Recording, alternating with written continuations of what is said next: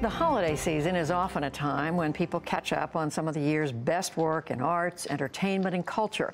It's also award season when writers, critics, and fans are making their own picks. Jeffrey Brown continues our look tonight with the year in feature films.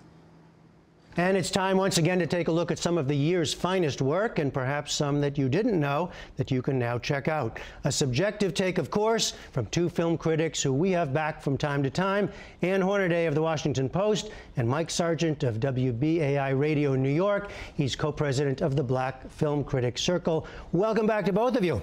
Thank you. I'm going to start with one you both loved, clearly, from the list I saw, Mudbound.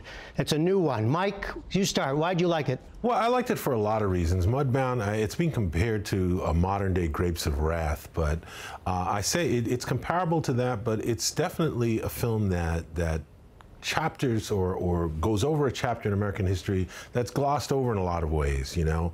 It touches upon a great many great important subjects, especially, you know, blacks in the military, you know, being poor, being in the South. And I have to say that it's a film that didn't have to cost a lot of money. It's a small film that has a much, much bigger significance. I happen to think that Dee Rees is a fantastic talent. I think she's going to be one of the first African-American, the director Dee Rees. I think she's going to be nominated for the Oscar, and she'll be the first black female LBGT person to be nominated. Okay. It's about time, but I think she's great. Okay, let's take a look at a short clip, and then Ann can tell us more. How long you been back from overseas? Oh, just a couple of weeks. Much obliged, Miss Triple-Banks. You give yourself a wonderful day.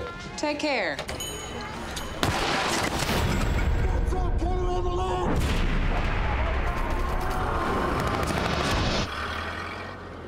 It's all right. It's just a car. It must have backfired.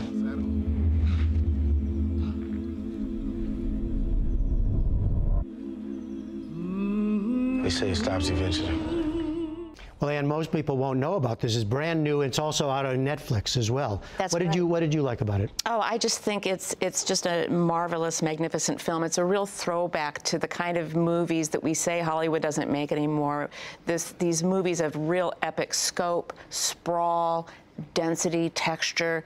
It's a very literary work. It calls to mind Willa Cather, John Steinbeck, as Mike indicated. It to me, it evoked films like by John Ford and William Wyler. It has that best years of our lives kind of feeling in terms of the post-war era. As we saw there, it explores trauma, post-war trauma, and I thought it was incredibly observant and alert to the subtleties of race and class, friendship and oppression, dependency, and disobedience to social norms that Dee Rees just weaves in so beautifully and with such finesse. And I agree, I just think she's an enormous talent. Okay, a couple more. Mike, you mentioned Darkest Hour. You both love that one. Mike, what about that one? I love Darkest Hour. I love Darkest Hour for a lot of reasons. Of course, largely because of Gary Oldman's performance. I kept sitting there watching, trying to find Gary Oldman in the makeup and the performance, but after a while I just gave up and I felt I was watching Winston Churchill.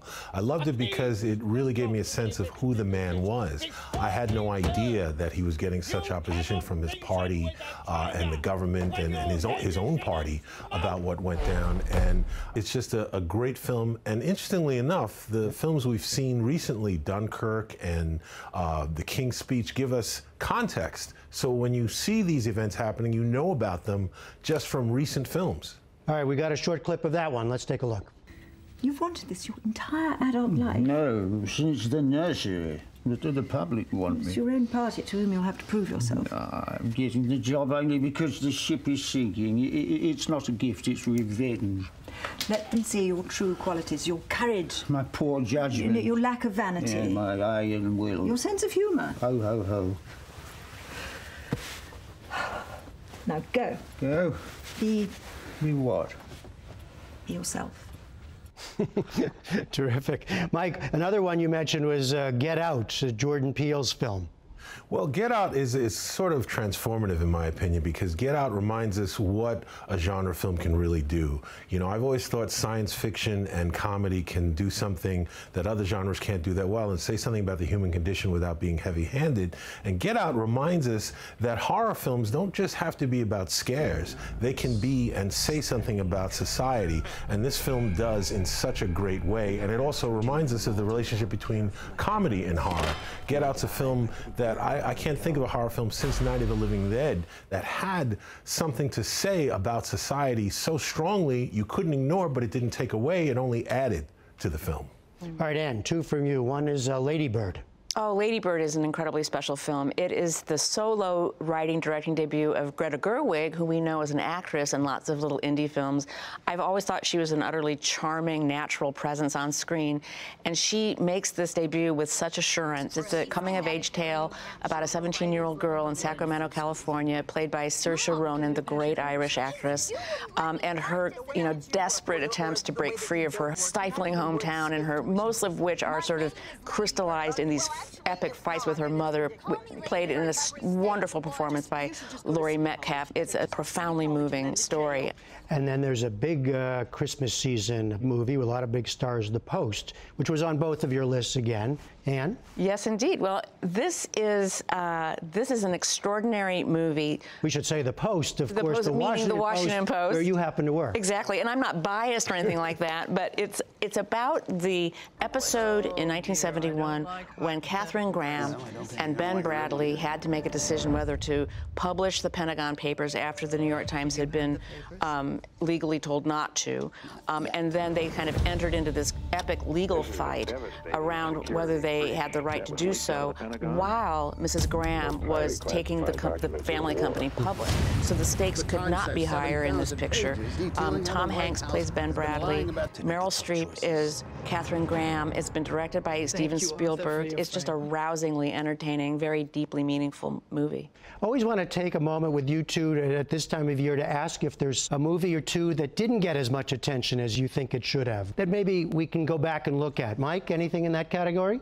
Well, I definitely have to say the two I would mention are recently The Man Who Invented Christmas. I'm a Charles Dickens fan, so I was a sucker for this going in, but what I didn't know, I thought the title was a little pretentious before I heard it. It's about how Charles Dickens came up with Christmas Carol, but I didn't know it was at stake for him. And, he had a bunch of failures. He had been the toast of the town, now he was the butt of jokes. He self-published the book, and Christmas was not something that was celebrated like it is today. It's something that was kind of relegated to the poor. If you were well-to-do, you didn't really even acknowledge Christmas, and it literally transformed the season and made people and society look at themselves, which is what good fiction should do.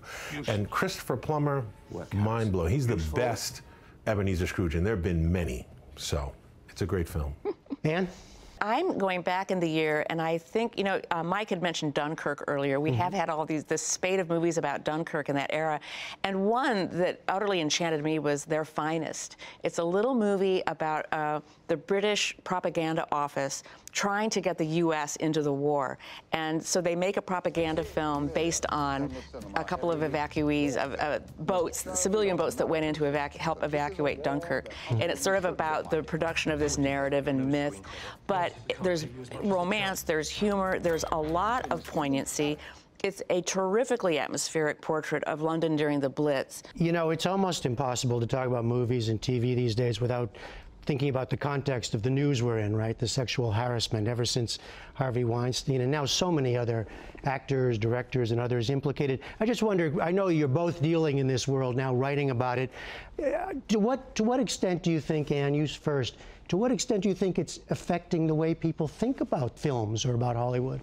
These stories that we're reading every day we're bringing them in with us as we're watching this work. And I think the degree to which the work itself intersects with those stories, whether it's thematically or in terms of a character, then I think it'll be even more difficult to separate the art from the artist. I mean, in some cases, the movie that you're watching has nothing to do at all with what you've been reading about that actor or that producer or that director, and so it's easier to kind of make that leap. But I do think that it's going to be a part of our baggage for quite a while. Mike? I think that hopefully, like what Ann says, that this will change not only the way we look at films, but what films actually do get made. And I think hopefully not only will public perspective change, I think that there are a number of artists, whether producers, actors, actresses, directors, people behind the scenes, who will now get an opportunity where they couldn't, or where they're being held back for reasons of harassment.